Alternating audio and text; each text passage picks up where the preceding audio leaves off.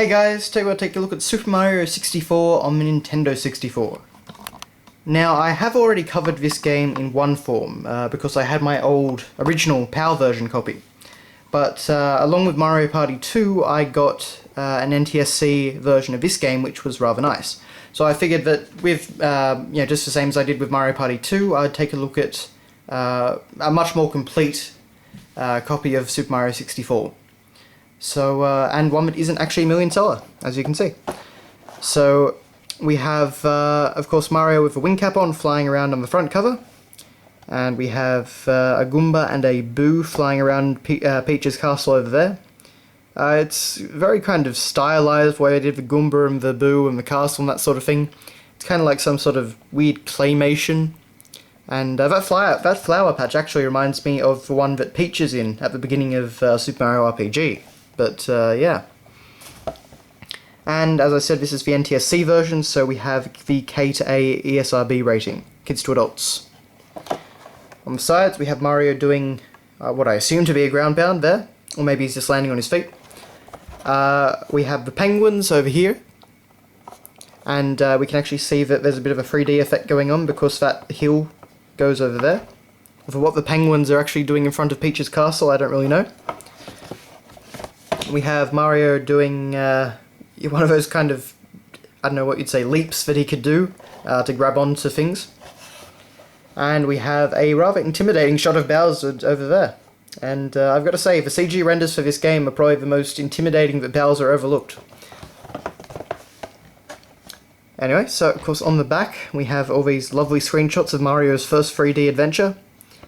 And, Mario is super in a whole new way, combining the finest 3D graphics ever developed for a video game and an explosive soundtrack. Super Mario 64 becomes a new standard for video games. And, that's actually, for once, not hyperbole. It basically did. But yeah, and of course we're still advertising saved game information as a major feature on the back of the box. And of course we've got that nice big shot of Mario over there. So moving on. We have a Nintendo Power Player's Guide offer. So, of course, get your fill of 3D fun. The Super Mario Player's Guide gives you tips and tactics you need to master the greatest game ever. That's a bit of a bold claim, but yeah, anyway. So, of course, we get this great shot of Mario swinging Bowser around by his tail. And, of course, we get the shots of Nintendo Power Magazine at the time. And the Super Mario 64 Player's Guide. Sign me up. And of course, it's kind of a bit more sad now that Nintendo Power doesn't exist. So yeah. We have an exciting consumer information and precautions booklet. And of course we have our manual. And, I went through this in detail before, but we'll look through it again. So, of course, we've got this fantastic shot on the front cover here of Bowser burning Mario, just like he could in the game. Great shot of Wing Cap Mario there in front of this weird kind of brick background. You have a star in every single corner.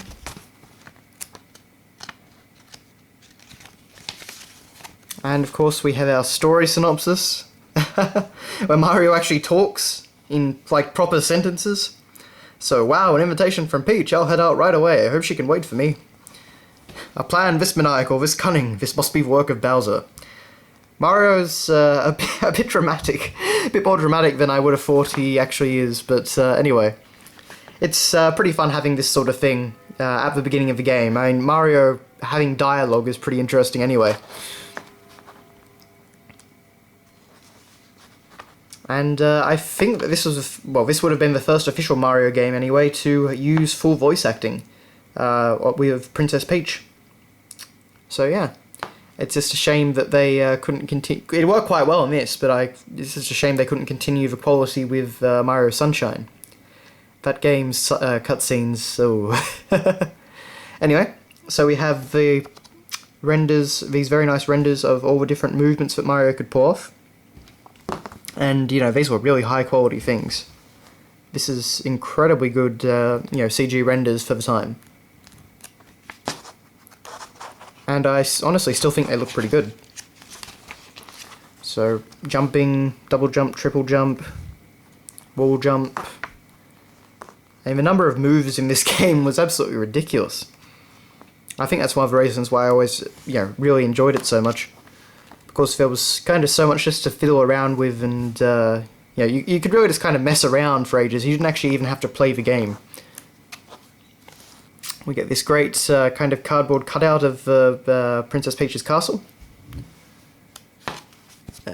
We get items and hearts and one-up mushroom and Koopa shells, cannons and Bob-omb buddies, the different caps in the game. So the manual is only about 24 pages long, but I mean, it covers so much stuff, and it has so much so many interesting renders and information and stuff like that. It's really a fantastic manual. Definitely one of the best of the time. And finally, this is something I did not get to show you last time, we have the cartridge. And it's another shot. Basically, that's the render of Bowser from the box, the red side of the box. And it is, just laid in the background of this green random hill with Mario running away. I always thought it was a bit of a random cartridge cover, just because this obviously never happens in the game. You're never running around on a field fighting Bowser or anything like that, so... But, it looks nice enough. But yeah. So anyway, that has been your look at Super Mario 64 on the Nintendo 64, surprisingly enough. Thanks for watching, guys, and I will see you later.